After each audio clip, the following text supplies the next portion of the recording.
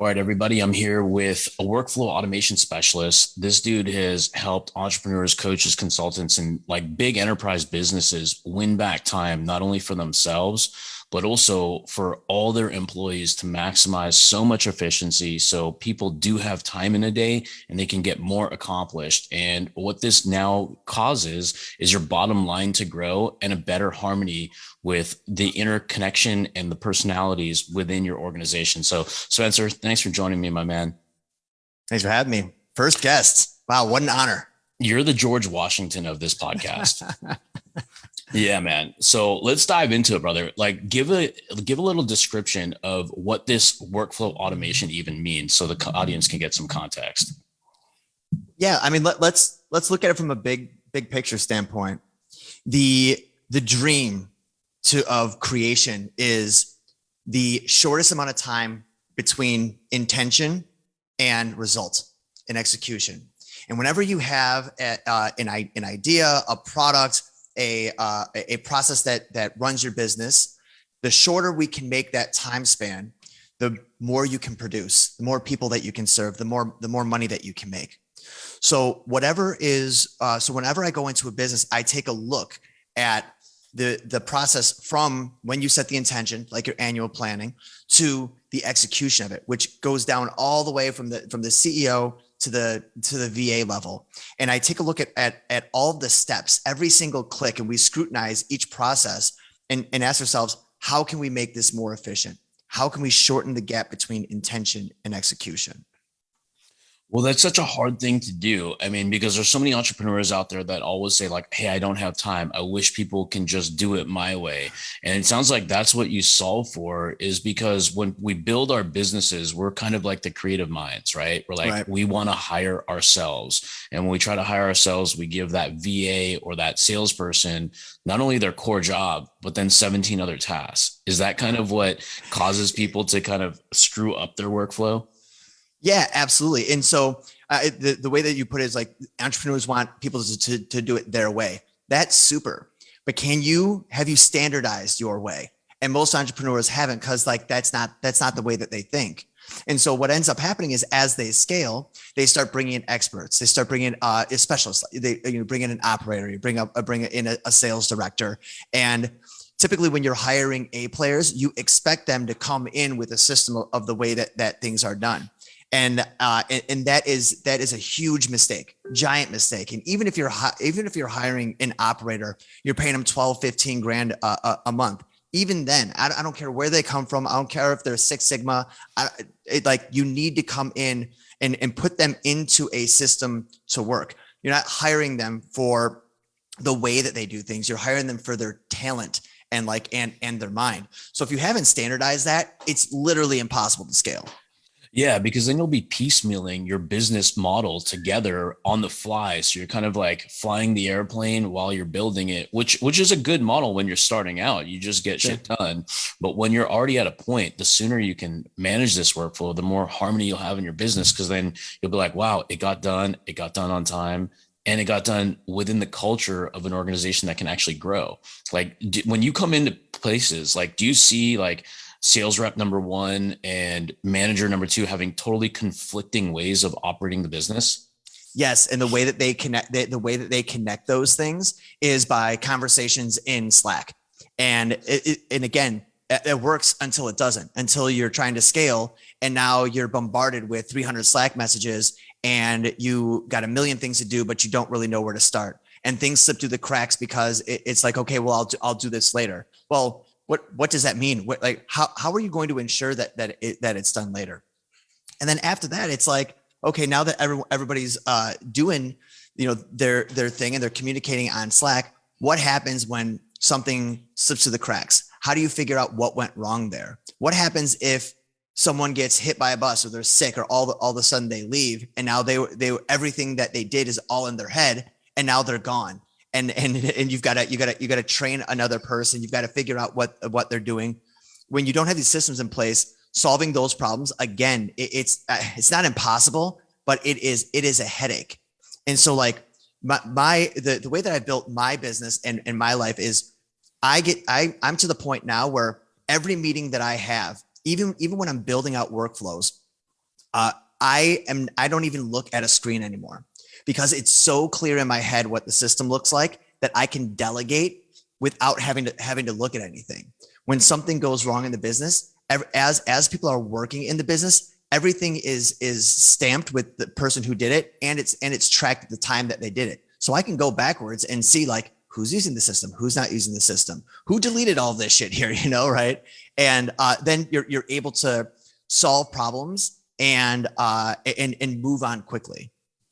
Now, when it comes to utilizing tools like you just described, what kind of like softwares or tools do you recommend, let's say like a marketing agency or a coach consultant should use? So the central nervous system that we use is ClickUp, and this is where we manage all of the day to day for everyone in the business. And if you're just starting out, like you want to use as few technologies as you need to, but like everything that is necessary. As things start to scale, then departments start using more specialized platforms. So, for instance, our sales team uses Close.io, right? Whereas before, when we were smaller, we were managing all the sales stuff in ClickUp.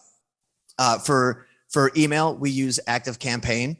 Kind of agnostic to the email platform as long as it's not Infusionsoft, and because anyone that is using Infusionsoft is probably also using a BlackBerry. Is that like kind of the AOL of email platforms? Bro, like anyone that's using Infusionsoft or Microsoft Outlook or stuff like that, it's you're 5-10 years behind the game. So yeah, that I wouldn't suggest using it. And then we use Slack for internal communication. The most important thing with the platforms, I'm essentially agnostic to really whatever platform you use. I have some preferred ones like ClickUp.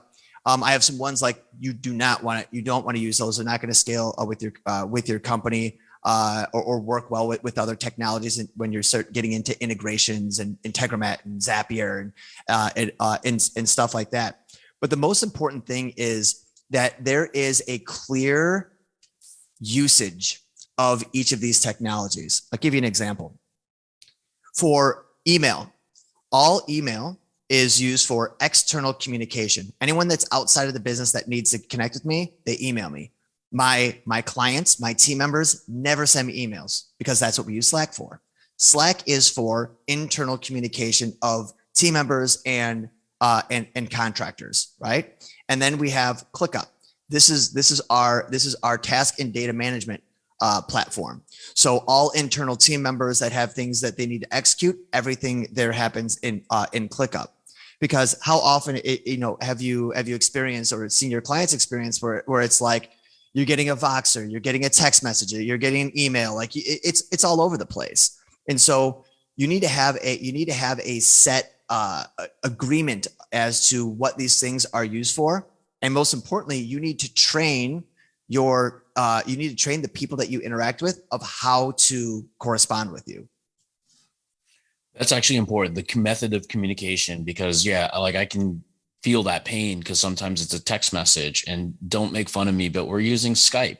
So sometimes there's a Skype message, there's an email, there's a Facebook Messenger group. So yeah, it really is training not only your internal team, but your external team, because we're really good with the external, like the clients. We use a software called Basecamp to do project management because a lot of our stuff is going to be retainer based.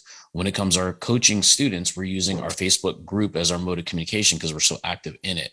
But everybody knows there's a place to go to when it comes to external. But the way you make the real big bucks is what Spencer's talking about, the internal communications. Because once you get your team on board, imagine how many messages you have to go back and forth on different platforms for a second. And think about how much time that compounds to in a decade. If you can consolidate that down to a science, because like what I try to work on with my team, and tell me if this makes sense or if it's a bad idea even, I call it the nonverbal communication. The minute we don't have to actually talk yet, we still know and can anticipate our next decision and know what we're going to do. That nonverbal communication is the best communication we've ever had. And I kind of take that back to sports. When I played soccer pretty competitively, and when we knew where our player was going to be without pointing and giving it away to the competitor, and being able to read the minds of our team, we knew exactly what people were thinking when they were thinking it at that micro moment where we can deliver the ball right in stride. So like Wayne Gretzky's quote, go where the puck is going to be. That's kind of what we established in our company is anticipate, be prepared. And if you fuck up, we're going to go through training. Right, right. And this brings me to a deeper point. I'm gonna get a little esoteric on you. Technology is pushing us to the place as that is getting us closer and closer to the singularity. And in the singularity, we are going to be able to telepathically communicate. Now, which means communicate without any verbal necessary.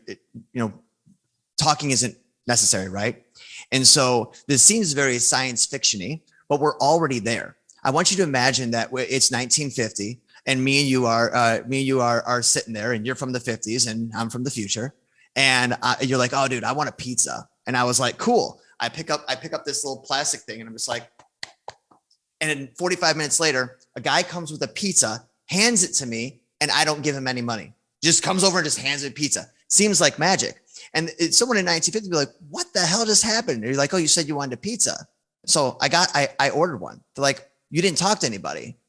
No, I did. You didn't give me any money. Like, imagine having to explain that to someone in 1950. First of all, you have to explain the internet.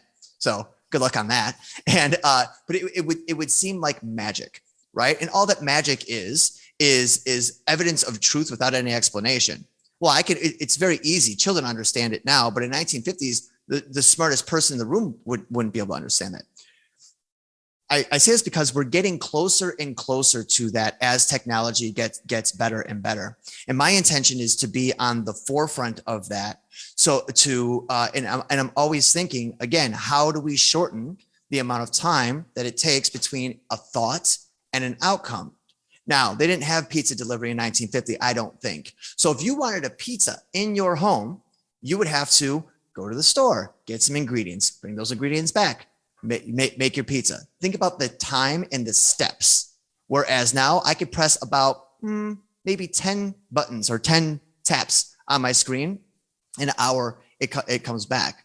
This is the whole philosophy behind what I'm saying is like, how do we shorten the amount of steps and the amount of time between intention and completion? And so the use of technology is the proper use of technology is making that more and more possible. And especially with the way that you can that they've got like Zapier and Integromat having all these different platforms talk to each other, it's making that more possible. If you're more savvy, you can write some code to an open API to make that happen. So that's really my focus, because in today's day and age in business, dude, it's like speed matters.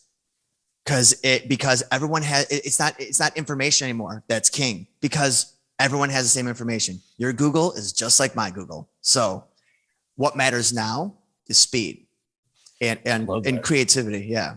100%. I mean, it's speed of everything. It's like speed of look at the content that we're watching in front of us. Like 15 seconds is going to be too long in a year from now. Audio notes, like think about when you get a voice note on your messenger or your cell phone, you're like, oh my God, they use the whole minute. Are they out of their mind? So like, think about that speed. So now bring that back to what matters in the business. Like, what could you do? What Spencer mentioned as an outcome, like where you have the idea and the concept. Now, how do you get the outcome as quickly as possible? Because there used to be the honor in the hustle of working 20-hour days. And that was me. And I used to think other people thought that was admirable. Oh my God, Rahul works so hard.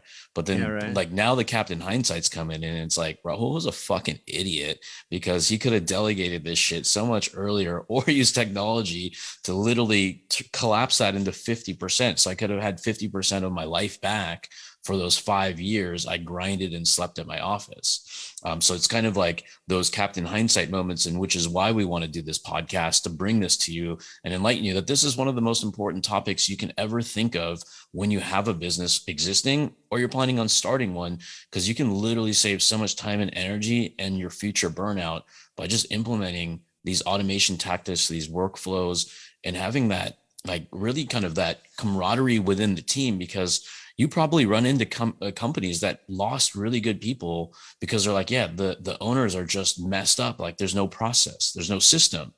And the owner is probably thinking like, just do it my fucking way. It's in my head. Why can't you do it? Because I hired a good person. Do you run into that? Absolutely. And when I go into companies, a lot of times they're in crisis because they're growing so fast that it's starting to get painful. Things are starting to, like I said, slip through the cracks. And they're like, we need to fire this person. We need to hire more people. And my initial reaction to that is like, hold up, like you might have the right person, but they're just not integrated into the flow. So imagine like getting an all-star quarterback on your team. Like, oh my gosh, we got the best quarterback in the league, but he doesn't know the playbook yet. Good luck, like see how well that talent's going to do. I would rather have a mediocre quarterback that knows the playbook from the back of his hand than the best quarterback of all time that doesn't. And that's your job as the coach to be able to or as the manager, I should say, is to get them trained. And as the CEO, think about it in throughout this analogy, that's like, being the GM of the team and being like, okay, I'm going to put the right, head coach in place that can get all of these players to execute in sync through proper onboarding, proper training, and stuff like that. Well, we're going to play a little bit of a game I just made up while you were talking. Okay. Yeah. We're going to call it use it or lose it. And I'm going to name a technology and then you just say lose it or use it. And it's just your opinion. And if you want to add a replacement to it, say replace it with this. Okay. Okay. Calendly. Use it. Trello. Lose it. Skype. Click up for instead of lose Skype. Yeah. Okay. And replace Zoom. Okay. Zoom or Slack on that last one. They serve different purposes. For internal team communication, Slack. For visual correspondence, Zoom. Okay. Now, what tool would you use for managing Messenger? To your clients? Yeah. Like let's say I have a Facebook group and I want to organize my Messenger threads. Oh, ManyChat. ManyChat. Okay, cool. What do you think about Chat Silo? Use it or lose it? Use it. It's the best. It's the best one. It's the thinnest kid at fat camp. Yeah, and it's super affordable. I like that one. Yeah. Do you use group leads? No. Okay, that's off. So the same people who made Chat Silo made group leads. So when you have a group and you want to accept them, you can actually zap it to a Google Sheet, zap it to your CRM at the same time, and trigger automation. It's done. we use Group Convert, but use it. Yeah, they're interchangeable. Absolutely. Right. Cool. Awesome. Any other tips or tools when it comes to softwares? And think of in the lens of somebody who's like either in the fire or just starting out so they can skip the stress that they're about to anticipate. Yeah. Google Chrome bookmarks. If I were to say to you like, hey man, I can promise you that you could take an additional week off every single year, make the same amount of money, have the same amount of productivity. Would that be something would that be something you'd be interested in? Yeah. Yes. Of course. Right. Okay. Well, have you ever had one of your teammates ask you for a link to a spreadsheet or to any other type of asset that you have? Damn it, Spencer. Don't call me out live. Yes. Yeah. I have not been asked for a link in 2 years. So I was once on a call with a client and I asked her to pull something up And she's like, yeah, let me look for it. Okay. She's clicking. She's like, oh, I got to sign into this. Oh, wait, that's not the password. Okay. Reset password. And come here. Right. Took 7 minutes and took 54 clicks. And I was like, that was a giant waste of time. If you want an hour of my time, it's $1,000. Think about how much money you just lost right now by not having that. Literally every asset that you have, everything that you use on a daily basis should be organized in your bookmarks. If you go to spencerburnett.com into free resources, my Click Less training, totally free. I show you how to do this. And so if you're to save 7 minutes a day by just having instant access to everything that is required for you to do your stuff on a week-to-week basis, I promise you will save at least 7 minutes a day, probably more. When you aggregate 7 minutes a day over 365 days, it ends up being more than 40 hours of time that you're spending clicking, looking for things. Now, if you have 20 people on your team, do the math of what that's doing to your bottom line. The very first thing that I do, whether I'm working with an 8-figure company, I'm talking to their CEO, or I'm working with a VA, they want to talk about automations and all that stuff. I'm like, you're getting ahead of yourself. Bookmarks to start.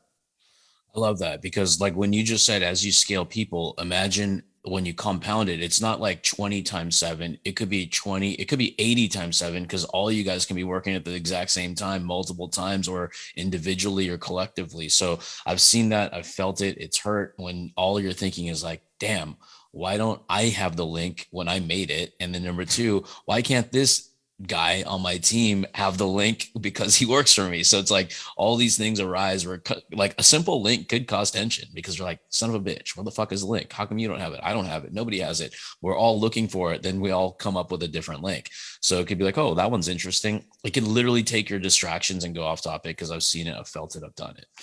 But man, dude, this is like probably I can't even rank this because you're the George Washington of this, but I have a feeling this is going to be one of the most popular podcasts that we do because it's so simple to think about, but it's something people run from.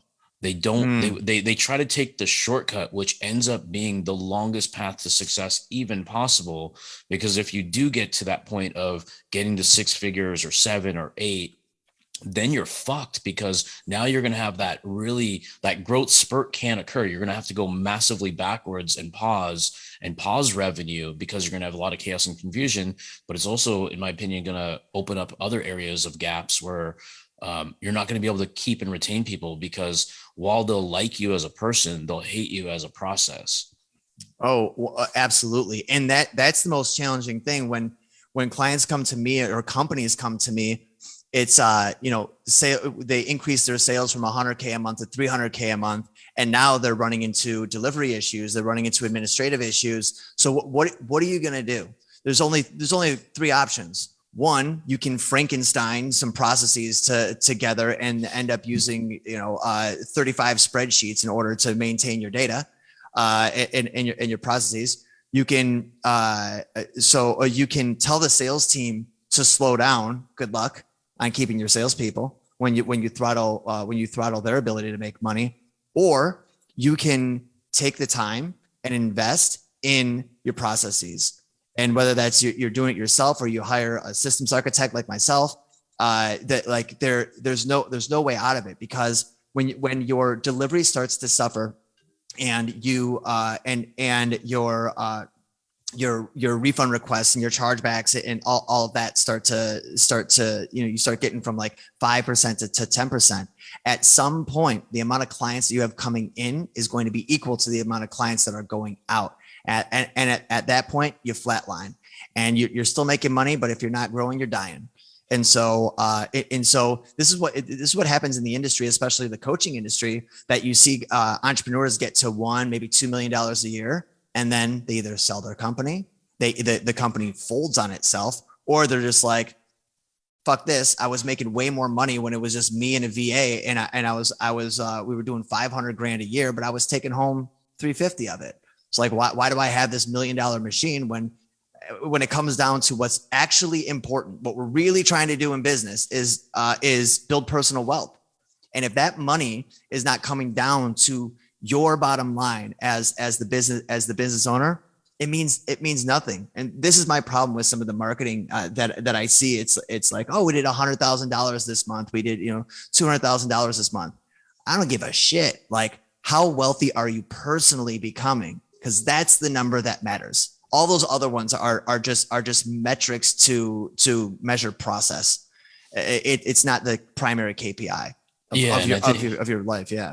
And I agree. I mean, I see a lot of people saying their numbers out there. That's cool and all. That's good for good personal accomplishments and they want to be celebrated publicly. Sure. Perfectly fine. But you're right. Yeah. Because I've talked to people who have run agencies extremely successful. And then when we get into an intimate conversation, they are so much happier when they reduced their services, made less money because their profits were so much more significant because it does develop that personal wealth. But beyond personal wealth, because once you have the money, like we were talking before we went live, then it's about like taking care of oneself because like you and I probably grew up like where work is life and then you Mhm. work on life after you're done working.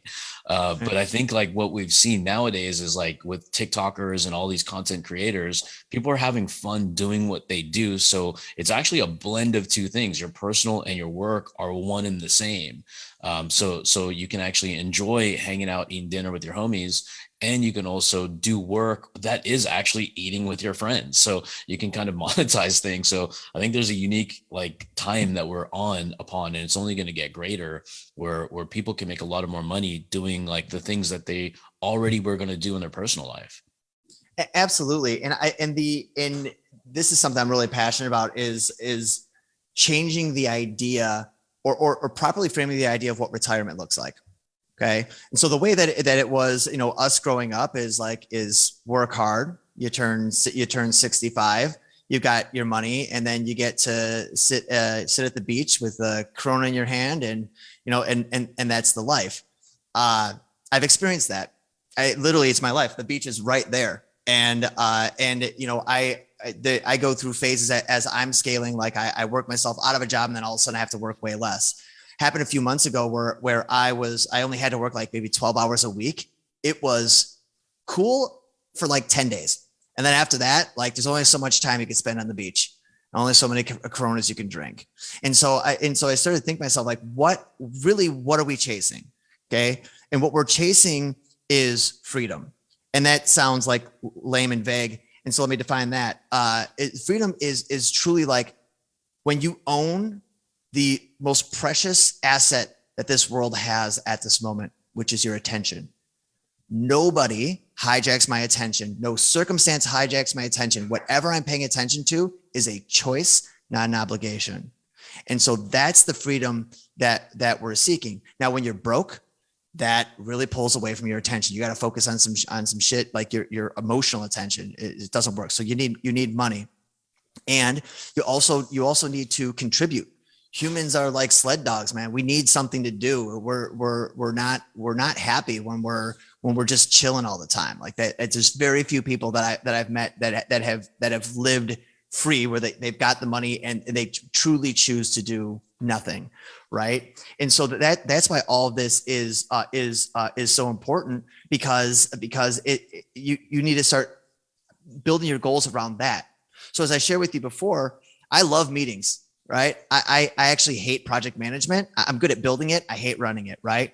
And what I don't like about meetings is I have to sit in this chair for 15 hours a day, and then I feel like I'm basically a house cat. So I was like, well, I'm miserable when I'm not working, but when I am working, I'm sitting in this chair and my back hurts. So I was like, okay, what if I never had to look at a computer screen again? And I'm literally walking on the beach, making making improvements, making money while only having to be on the phone talking to whoever's on the other line, which is someone that I love because I only work with people that I love. I only do interviews with people that I love, right?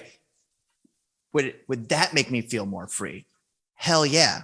And so I'm like, all right, so abracadabra, let's make it happen. And that's what I tell my clients. I'm like, treat me like a magic genie and tell me how you want to live, and we'll reverse engineer a system around that. And it truly is magic.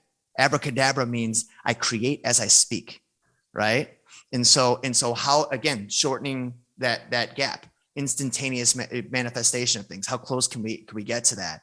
So I really want to encourage people to really redefine what that looks like for you, where you're constantly doing things that you love in a context of which makes you happy. I love that. I mean, that was a great point to end this thing right here. I can't even top that. So, man, Spencer, I appreciate you spending so much time with us, sharing your knowledge with the audience. So, one favor I have to ask, is that cool with you? Of course. Okay. Anything for you. All right. Anything. I love it. I need a name for this podcast.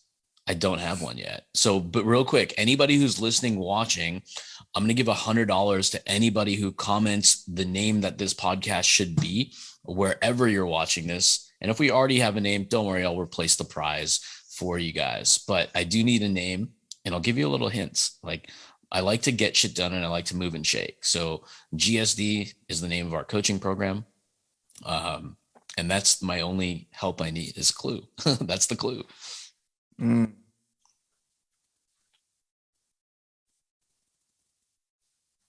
I mean, I would tell you the name of it being Get Shit Done, but that's the name of the live that I do every week. So it might be against my own interests to give you that one or to suggest that one. Somebody recommended the word done. Just use the word done, the done cast. Ooh, I like that. I'll put my vote in that bucket. Absolutely. Okay. Mr. Babe, that was you, man. He actually even commented in one of my posts and he made a logo. He said, it's done. And he's like, this is the name of your podcast based on the personality that I have. So I think we may have a name. So what do you guys think out there about the word done, the done cast? If you guys have other options, please share it with me. I'll give you $100 for helping us pick our name. Well, Spencer, thank you so much for being here, my man. Thank you so much for having me.